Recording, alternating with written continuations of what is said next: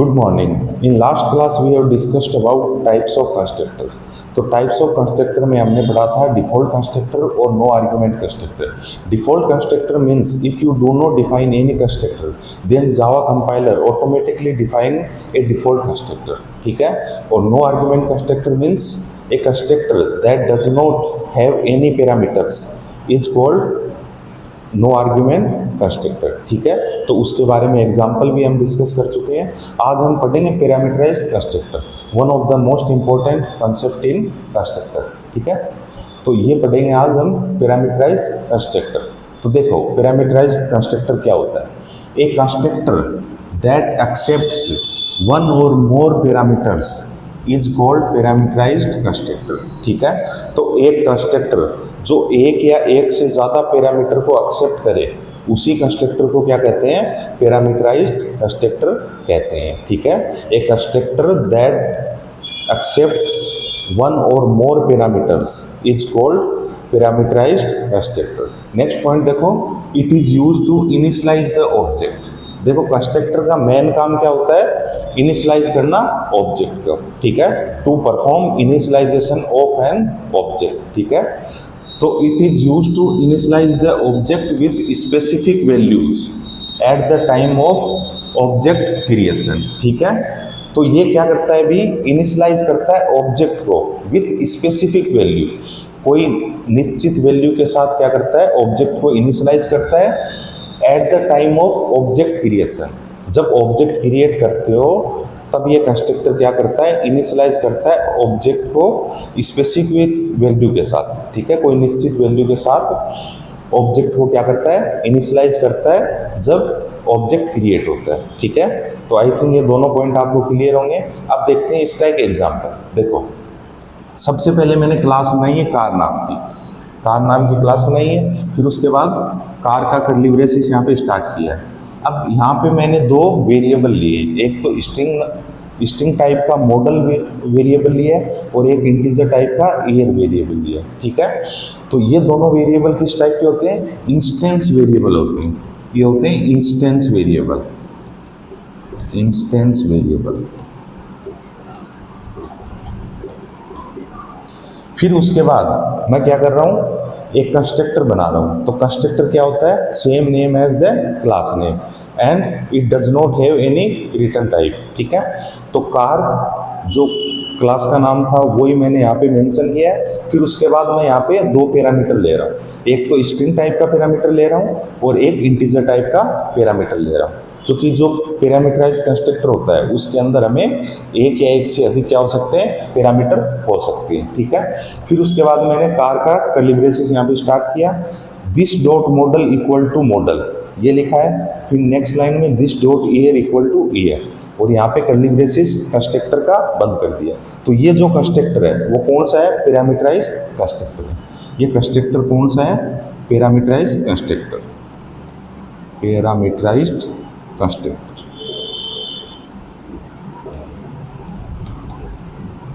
फिर उसके बाद एक मेथड ले रहा हूं मैं। मेथड क्या होता है, उसका रिटर्न टाइप भी होता है, ठीक है। तो ये क्या है, नॉर्मल मेथड है। तो ये क्या है, नॉर्मल मेथड है, नॉर्मल मेथड। इसके अंदर मैं एक प्रिंट स्टेटमेंट दे रहा हूं। प्रिंट स्टेटमेंट के अंदर जो ये मॉडल और ईयर है इसकी वैल्यू मैं यहाँ पे प्रिंट करवाऊंगा, ठीक है। तो ये इतना सा काम मैंने इस क्लास के अंदर किया है। फिर देखो आगे एक क्लास बनाई है मेन नाम की, मेन नाम की एक क्लास बनाई है जिसके अंदर मेन मेथड मैंने लिखा है, ठीक है, public static void main string argument, ठीक है। अब मैं यहाँ पे क्या कर रहा हूँ, ऑब्जेक्ट बना रहा हूँ कार क्लास के, ठीक है। तो कार क्लास के ऑब्जेक्ट कैसे बनाओगे, क्लास नेम फिर ऑब्जेक्ट नेम फिर इक्वल टू न्यू कीवर्ड फिर क्लास नेम, ठीक है। ऐसे करके मैंने यहाँ पे दो ऑब्जेक्ट बनाए, ठीक है।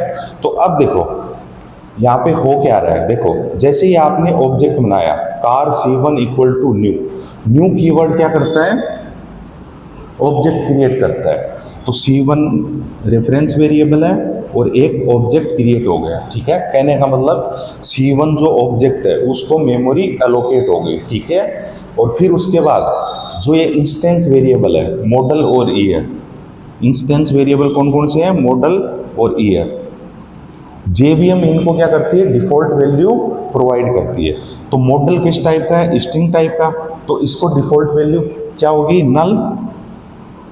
और ईयर किस टाइप का, इंटीजर टाइप का, ईयर किस टाइप का है, इंटीजर टाइप का, तो इसको डिफॉल्ट वैल्यू क्या प्रोवाइड होगी, 0। ये प्रोवाइड होगी किसके थ्रू, JVM के थ्रू, जावा वर्चुअल मशीन के थ्रू ये प्रोवाइड होगी डिफॉल्ट वैल्यू, ठीक है। फिर उसके बाद अभी तक देखो कंस्ट्रक्टर स्टार्ट नहीं हुआ है, यहाँ से आप क्या कर रहे हो, कंस्ट्रक्टर को कॉल कर रहे हो, यहाँ से आप कंस्ट्रक्टर को क्या कर रहे हो, कॉल कर रहे हो।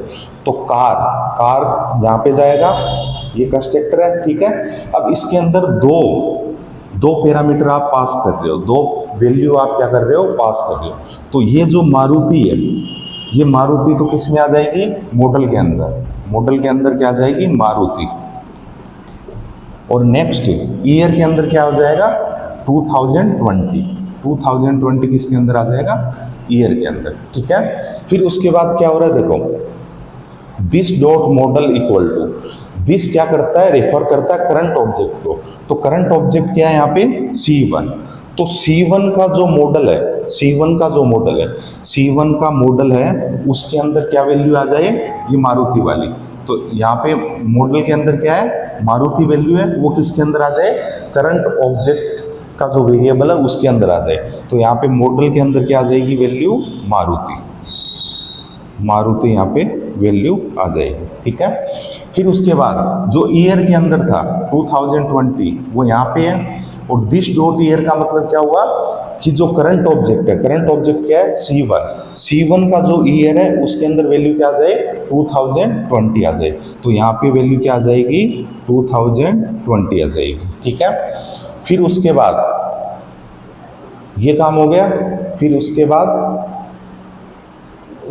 आप क्या कर रहे हो, एक दूसरा ऑब्जेक्ट भी बना रहे हो, ठीक है। वापस कंट्रोल कहाँ आएगा, ये कंस्ट्रक्टर का काम खत्म हो गया, इसको हमने कॉल नहीं किया नॉर्मल मेथड को, तो वापस ये जो कंट्रोल है वो यहाँ पे आएगा। तो इसको दिख रहा है दूसरा ऑब्जेक्ट भी एक क्रिएट हुआ है, ठीक है। तो दूसरा ऑब्जेक्ट के अंदर क्या होगा, C2 न्यू कीवर्ड के थ्रू क्या होगा, ऑब्जेक्ट क्रिएट होगा और एक स्पेस प्रोवाइड होगा। तो ये चीज़ आपको ध्यान रखनी है कि जब भी ऑब्जेक्ट क्रिएट होता है तो सेपरेट कॉपी इंस्टेंस वेरिएबल की क्रिएट होती है, ठीक है। सेपरेट कॉपी इंस्टेंस वेरिएबल की क्या होती है, क्रिएट होती है थ्रू न्यू कीवर्ड, ठीक है। तो यहाँ भी मॉडल और ईयर आ जाएगा, मॉडल और ईयर, ठीक है। और इसको भी JVM क्या प्रोवाइड करेगी, डिफॉल्ट वैल्यू प्रोवाइड करेगी। डिफॉल्ट वैल्यू क्या होती है, मॉडल स्ट्रिंग टाइप का है तो नल होगी, और ईयर की डिफॉल्ट वैल्यू 0 होगी, ठीक है। अब नेक्स्ट क्या हो रहा है, टाटा, ये जो है उसके बाद न्यू कीवर्ड के बाद क्या होगा, यहाँ पे कंस्ट्रक्टर क्या हो रहा है, कॉल हो रहा है, यहाँ पे कंस्ट्रक्टर कॉल हो रहा है। तो कार नाम का कंस्ट्रक्टर है, उसके पास कंट्रोल गया। फिर ये जो टाटा है वो तो कहाँ जाएगा, जहाँ ये स्ट्रिंग का मॉडल लिखा हुआ है इसके अंदर स्टोर क्या हो जाएगा, टाटा स्टोर हो जाएगा। इस वेरिएबल के अंदर क्या स्टोर हो जाएगा, टाटा स्टोर हो जाएगा। और 2020 है वो कहाँ स्टोर हो जाएगा, 2022 वो ईयर नाम के वेरिएबल में स्टोर हो जाएगा। तो यहाँ पे क्या आ जाएगा, 2022, ठीक है। फिर उसके बाद इस मॉडल के अंदर क्या है, टाटा। तो ये दिस डॉट मॉडल का मतलब करंट ऑब्जेक्ट का जो मॉडल है उसके अंदर क्या वैल्यू आ जाए, टाटा वैल्यू आ जाए, ठीक है। तो करंट ऑब्जेक्ट क्या है, C2, इसके अंदर वैल्यू क्या आ जाएगी, मॉडल के अंदर टाटा। और उसके बाद ईयर के अंदर वैल्यू क्या है, 2022 वैल्यू किसके अंदर आ जाएगी, दिस डॉट ईयर, मतलब करंट ऑब्जेक्ट का ईयर है उसके अंदर क्या वैल्यू आ जाएगी, 2022, ठीक है। इस प्रकार से ये कंस्ट्रक्टर क्या होता है, कॉल होता है, ठीक है। उसके बाद हम इसको प्रिंट भी करवा सकते हैं। तो प्रिंट करवाने के लिए इसको हमने अभी तक कॉल नहीं किया है, तो इसको आप कॉल कर सकते हो। जैसे मैं यहाँ पे कॉल कर रहा हूँ, इस रेफरेंस वेरिएबल से कॉल कर रहा हूँ C1 डॉट, मेथड का नाम क्या है, डिस्प्ले, C1 डॉट डिस्प्ले। ये मैंने इसको कॉल कर लिया, ठीक है। अब दूसरे जो रेफरेंस वेरिएबल है, दूसरा जो मेथड है उससे भी मैं कॉल कर रहा हूँ डिस्प्ले मेथड को, C2 डॉट डिस्प्ले। ये मैंने इसको दोनों को कॉल कर लिया, और ये मेन का कर्ली ब्रेसेस यहाँ पे बंद कर दूंगा, और ये क्लास का कर्ली ब्रेसेस मैं यहाँ पे बंद कर दूंगा। ठीक है, तो C1 डॉट डिस्प्ले, डिस्प्ले के अंदर जो C1 नाम का रेफरेंस वेरिएबल है वो आप डिस्प्ले करवा रहे हो। ठीक है, तो system dot out dot println double quote के अंदर जो चीज़ लिखी हुई है वो तो एज इट इज आएगी, तो इसका आउटपुट क्या आएगा भी, मॉडल, तो एज इट इज लिखा हुआ है, देखो डबल कोट के अंदर लिखा हुआ है, फिर 2 कॉलन के साइन है यहाँ पे, एक कॉलन का साइन है, फिर उसके बाद प्लस लगा के ये मॉडल वेरिएबल है उसकी वैल्यू प्रिंट करवा रहे हो। कौन से मॉडल की वैल्यू प्रिंट करवा रहे हो आप, इस मॉडल की वैल्यू प्रिंट करवा रहे हो आप। ठीक है, तो मॉडल के अंदर क्या है, मारुति, तो यहाँ पे मारुति प्रिंट हो जाएगा। ठीक है, नेक्स्ट ईयर है, वो डबल कोट के अंदर है, तो ईयर एज इट इज आ जाएगा, कोलन का साइन, यहाँ पे कोलन का साइन लगा देना, फिर ईयर की वैल्यू प्रिंट करवा रहे हो। ईयर के अंदर क्या है, 2020, ये प्रिंट हो गया किसका, C1 का। ठीक है, C1 जो मेथड लिया है उसके थ्रू आप डिस्प्ले को कॉल कर रहे हो, तो ये आउटपुट आएगा। अब C2 के थ्रू डिस्प्ले को कॉल कर रहे हो तो क्या आउटपुट आएगा, मॉडल, मॉडल के अंदर, अब मॉडल के अंदर क्या है, टाटा, तो यहाँ पे टाटा, और फिर उसके बाद ईयर के अंदर क्या है, 2022, ये इसका क्या आएगा, आउटपुट आएगा। ठीक है, क्लियर है ये चीज़।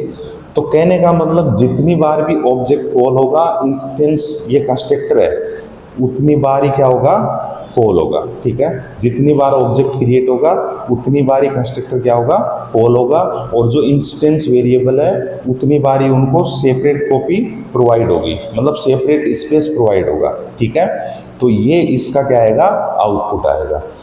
ठीक है, तो ये था पैरामीटराइज्ड कंस्ट्रक्टर के बारे में। अब एक चीज़ और ध्यान रखनी है आपको कि जो कंस्ट्रक्टर होता है उसके अंदर एक्सेस स्पेसिफायर कौन कौन से अलाउ होते हैं, तो एक्सेस स्पेसिफायर होते हैं जो कौन कौन से अलाउ होते हैं, तो एक्सेस स्पेसिफायर विथ कंस्ट्रक्टर,